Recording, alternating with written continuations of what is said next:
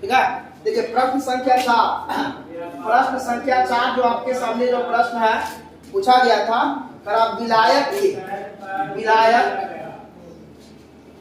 विलायक के 1000 ग्राम या 1 केजी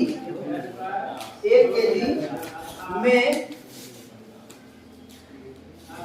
घुले हुए बिलेई के मोलों की संख्या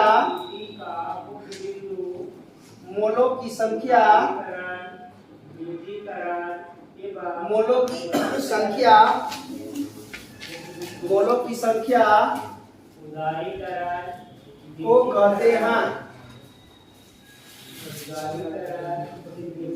मोलों की संख्या को कहते हैं। देखिए इसका ऑप्शन नंबर ए आपके सामने है मोलरता। ऑप्शन बी है मोललता।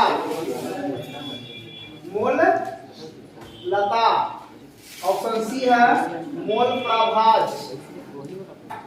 प्रभाज और ऑप्शन डी है नॉट ऑल ऑफ दिस। चलिए तो हम लोग पढ़े थे, याद होना चाहिए आप लोग को। विलायक के प्रति 1000 ग्राम या 1 केजी ग्राम में खुले हुए बिलेई के मोलों की संख्या हम लोग निकालते थे। तो अगर बोलेगा 1 केजी 1000 ग्राम में बिलेई के मोलों की संख्या बोलेगा तो इसके लिए ऑप्शन कौन होगा?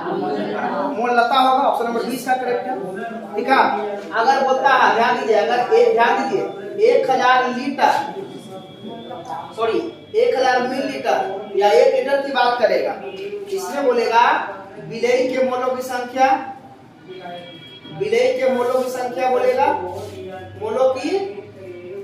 बोलेगा तो इससे क्या निकलेगा? मोलरता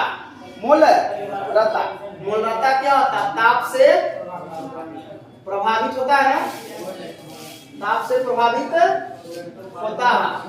और बताए थे मोललता ताप से प्रभावित नहीं होता है। ये भी प्रश्न आपका आता नहीं आता? ठीक है। ये भी क्वेश्चन ऑब्जेक्टिव के लिए एकदम कंप्लीट है। अब मोल प्रभाव पर तो कोई प्रभाव नहीं पड़ता है ताप का। इसके लिए फार्मूला बताए थे। ये क्या होता है मोल प्रभाव? किसी बिलियन में बिलेई के मोलों की संख्या, विलायक के मोलों की संख्या तथा बिलियन के कुल मोलों की संख्या के अनुपात को मोल प्रभाव कहा जाता है। बिलेई के मोलों है ना, बिलेई के मोल प्रभाव को किससे करते थे? x स्मॉल n से। अब विलायक को किससे करते थे? x कैपिटल N से। अब दोनों का योगफल हो जाता था बिलियन का कुल मोल प्रभाव। दोनों का योगफल फार्मूला क्या होता? ये भी याद रखना है। ये आपका हो जाता था मोल प्रभाव, यानी कि बिलियन का मोल अंश या इसी को बोलते हैं प्रभाज या इसी का नाम बताए थे भिन्न। बराबर क्या आता फॉर्मूला? बिलेई के मोल प्रभाव बटा बिलेई के मोल प्रभाव प्लस विलायक के मोल प्रभाव, है ना जी। यानी x small n plus x capital. अब दोनों का योगफल कितना होता है? 1 होता है ना। मोल प्रभाव पर तापमान का कोई प्रभाव नहीं पड़ता, समझ रहे बात को ना। और मोल प्रभाव का कोई इकाई भी नहीं होता। अच्छा, मोललता का इकाई बताया था ना, इसका इकाई पूछेगा। मोललता का इकाई क्या होता? मोल प्रति किलोग्राम या फिर मोल प्रति ग्राम। मोललता का इकाई पूछेगा तो क्या होगा? मोल प्रति लीटर या मोल प्रति मिली। ये भी क्वेश्चन आपका आता है। इकाई पूछेगा यूनिट, ये हो गया इकाई। यदि आता नहीं आता, ये भी इम्पोर्टेंट है। देखिए हम लोग प्रश्न के कितना प्रश्न का जवाब आ गया सामने, आया ना। तो इस तरह ध्यान देना, हर चीज डॉट क्लियर होकर चल जाएगा, सब रिवीजन करवा देंगे। चलिए ठीक है। फिर इसमें 13 नंबर 13 देखिए, राशि रासायनिक अभिक्रिया का वेग, रासायनिक क्रिया का वेग इसका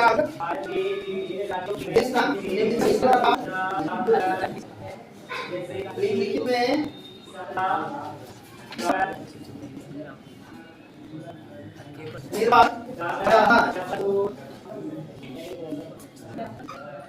देखिए प्रश्न के हिसाब से जो ऑप्शन है ऑप्शन आपका दूसरा ऑप्शन है द्रव्यमान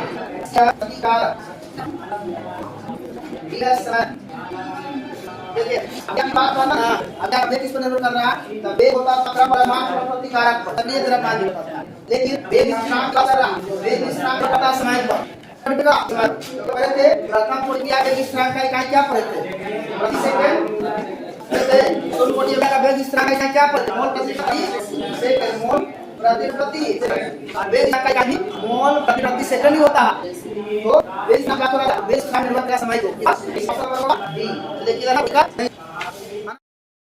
हम लोग 5 पर आते हैं ठीक है प्रश्न संख्या 5 देखिए क्या करा निम्नलिखित में कौन अनुसंख्यक गुणधर्म है निम्नलिखित में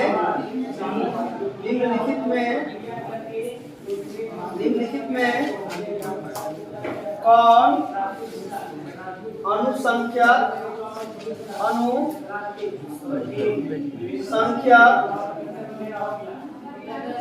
गुणधर्म है ठीक है आप ऑप्शन देखिए इसका ऑप्शन पहला दिया है आपको घनत्व दूसरा ऑप्शन दिया है द्रव्यमान तीसरा ऑप्शन आपको दिया है क्वथनांक उन्नयन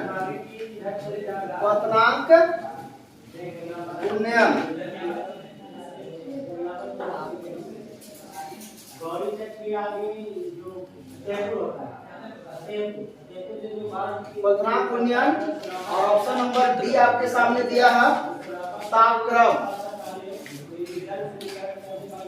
देगा इसमें हम पढ़ा थे है ना किसी तनु विलयन का वह गुण जो विलयन में वर्तमान विलेयी के कणों की संख्या पर निर्भर करता है न कि विलेयी के कणों के आकार उसके रासायनिक प्रकृति पर है ना इसे विलयन का अनुसंख्यक या सहजात गुणधर्म कहा जाता है और इसके अनुसंख्यक या सहजात गुणधर्म कौन कौन थे बताए थे तनु विलयन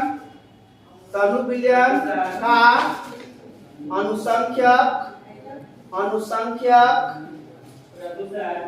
या इसी का नाम था हुआ सहजात गुणधर्म थे आपके सामने गुणधर्म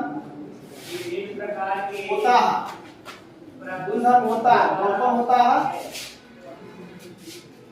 पहला क्या था बताइए बाष्प दाब का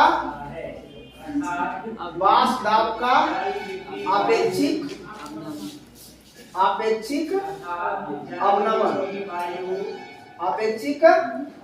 अवनमन नहीं था ना पहला बात का अपेक्षिक अवनमन जिसको हम बोलते थे relative loading of vapour pressure इसका नियम था रॉल्ट का नियम से निकाला गया था रॉल्ट ने दिए थे चलिए दूसरा क्या था क्वथनांक का उन्नयन तीसरा क्या था हिमांक का अवनमन और चौथा क्या था परासरण दाब ये चारों जो होता है विलयन के अनुसार गुणधर्म होता है इसके अलावा अगर कोई ऑप्शन देता ऑप्शन नहीं होगा ठीक है ध्यान रहा बाष्प दाब का अपेक्षिक अवनमन ऑप्शन में दिया नहीं है क्वथनांक का उन्नयन दिया इसलिए ऑप्शन नंबर कौन होगा सी होगा ना क्लियर नहीं है ये याद रखिएगा किसी तनु विलयन का अनुसंख्यक या सहजात गुणधर्म देगा तो ये 4 ही होता 4 में प्रश्न के हिसाब से जो ऑप्शन है मेरा ऑप्शन नंबर सी करेक्ट है क्या किसी को दिक्कत है नहीं ना इस सब पर ध्यान दीजिएगा ये क्वेश्चन पूछेगा बाष्प दाब का अपेक्षिक अवनमन से क्या समझते हैं इसके लिए रॉल्ट के नियम को समझाएं 2 नंबर में आएगा क्वथनांक का उन्नयन किसे कहते हैं रॉल्ट के नियम को लिखे 2 नंबर में आएगा 5 नंबर में आ सकता है पूरा व्याख्या करने के लिए जो बताए थे हिमांक का अवनमन किसे कहते हैं आ सकता है क्वेश्चन 2 नंबर में हिमांक का अवनमन किसे कहते हैं इसके लिए रॉल्ट के नियम को समझाएं है ना। प्रसरण दाब किसे कहते हैं? प्रसरण दाब के नियमों को लिखे, 3 नियम 4 बताते और इसी पर साबित कराए थे। कौन? पाई भी बराबर एन आर टी या पाई बराबर सी आर टी, याद है ना। जहाँ पाई क्या होता? प्रसरण दाब, सी का होता सांद्रता, आर क्या होता था? वास्तविक गैस स्थिरांक, और टी क्या होता था? तापमान। लोग सारा पढ़े हुए थे, कहीं को डाउट किसी को नहीं है तो सब ध्यान दीजिएगा, कल थोड़ा रिवीजन करवाएंगे तो सब क्लियर हो जाएगा, है ना। ठीक है।